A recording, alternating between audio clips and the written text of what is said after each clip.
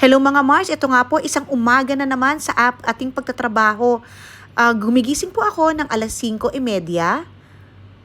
Tapos ayan po, nag-iinat-inat pa ako niyan at syempre hindi ko kinakalimutan na magligpit ng aking pinaghigaan. At bago po ako maligo, ako'y nagsusuklay at umiinom muna na sangkaterbang tubig. At ayan nga po, dito nga po fast forward na po tayo at nakapag-ayos-ayos na nga po ako niyan. Pagpasensyahan niyo na po ang hindi ko kagandahang mukha niyan pero nagmamaganda po ako palagi. At ayan po, naligo nga po ako ng pabango pero take note po, naligo naman din po talaga ako ng tunay. Mahilig lang po talaga maligo ng pabango. At ito po, ipapakita ko sa inyo ang bag na ginagamit ko. Dito po, chinecheck ko kung kung yung wallet ko, kung nandoon yung aking train card at ang aking mga salamin. Opo, importante po yan, lalo na ngayong tag-init. Ayan po yung lagi kong ginagamit ngayon. At syempre yung aking eyeglasses. Naku po, kasi po mahirap po magtrabaho. Alam niyo naman po, pagka malabo ang mata, mahirap magtrabaho pagka wala kang magic salamin. Ayan nga po, so ayan nga, papakita ko sa inyo, yan ang lagi kong gamit na bag. Yan po, papakita ko sa inyo, syempre magmamaganda po muli ako sa salamin. Ipapakita ko sa inyo, syempre nagmamayabang, ayan, oo. At ang bag ko nga po na yan ay na libre lamang po yan. Nakuha namin nung namili kami sa BB Shop more than years ago na matagal na po yan. Libre lang po yan po yung shopping bag ninyo, di ba? Bongga. At ayan nga po, lumabas na ako ng aming bahay. Ayan, nag-take na ako ng lift. At medyo nainip nga po ako dyan kasi paglabas ko napaka-humid pala. At ayan, pipinutuin ko pa po muli ang elevator kasi ang bagal. Ayan, fast forward na nga. Sa labas na nga po tayo at malapit lamang po ang metro station sa amin. Yan pong salamin na yan ang lagi kong ginagamit sa pang-araw-araw kasi feel na feel ko ang ganda-ganda ko dyan talaga. At saka suwak na suwak siya sa aking ilong. Feeling ko matangos ang ilong ko pag yun ang suot ko. Char! Ayan na nga po, papasok na po ako sa metro station. Ayan, okay, bongga. Chuan! Ayan, ayan po, sige. Dahil po, mainit at malayo yung lalakarin ko, magmamadali na nga po tayo kasi baka maiwanan tayo ng tren. Ayan, nagmadali ako ng bonggang-bongga dyan. Ayan, ayan nga po, ayan, syempre. At tapos, narinig ko na parating na yung train na sasakyan ko kaya medyo mabilis na ang aking paghakbang dyan.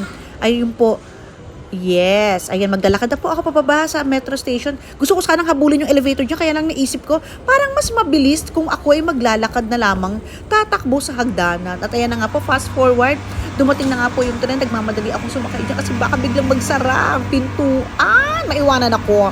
Ayan, pumasok ako at syempre nagmagala ako, nuwari hindi ako nagmadali. Ayan, maghahanap pa po ako ng aking mauupuan.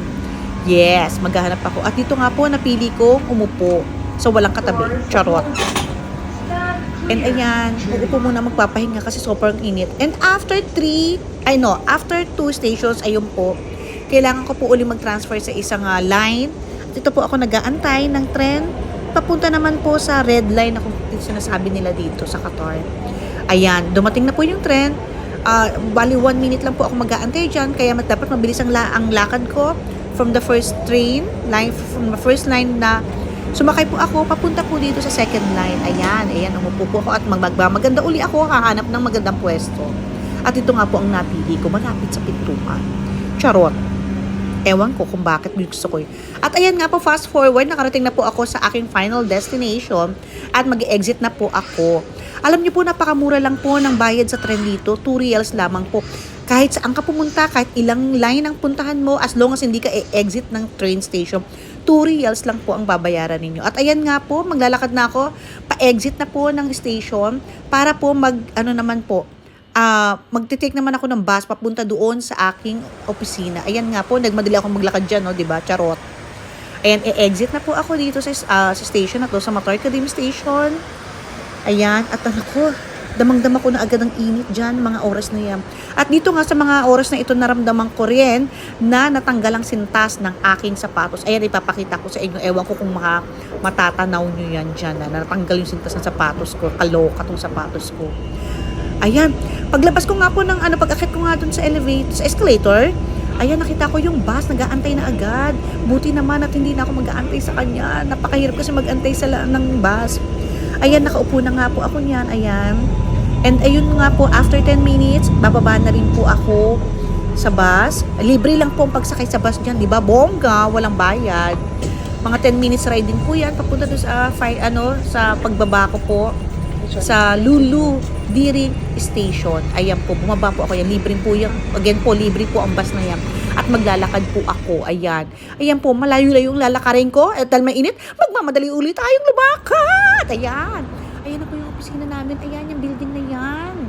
Ayan po, at happy-happy ako pag nakikita ko na yan kasi makakatikim na ako ng aircon at makakapagpunas-punas na ng pawis dahil napakainit nga po ngayon talaga dito sa Middle East.